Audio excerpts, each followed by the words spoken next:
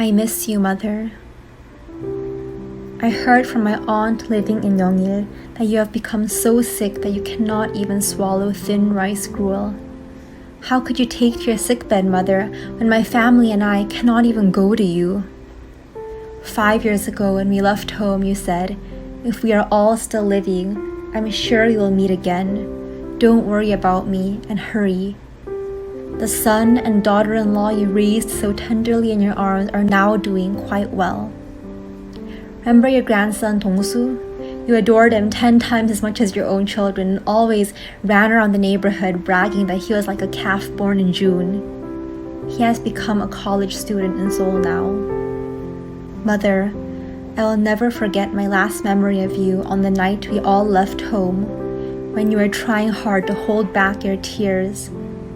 When we begged you to come with us, you said, your father's grave is here and the house would be empty without me. You should go by yourselves. I had no suspicion about the deeper meaning of your words. Only after I met Sunjung, who told me what you had said afterwards, did I beat my chest in grief. You said to her, of course I wanted to follow my children, but I tried to stay behind because I was afraid I would be a burden to them on the rough road ahead.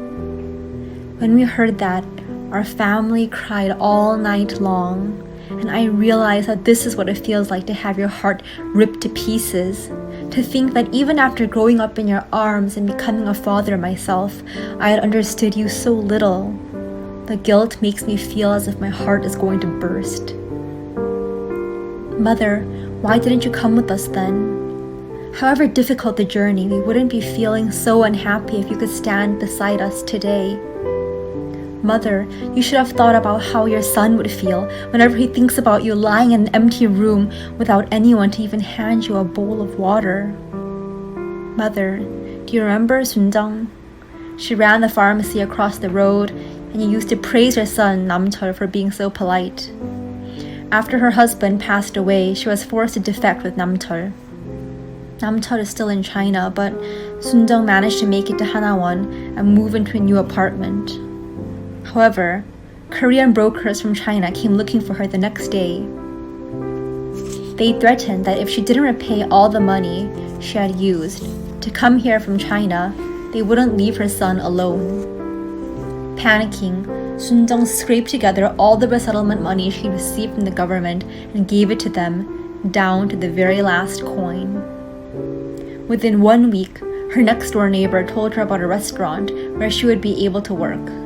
She would work from evening late into the night to receive $30 USD a day.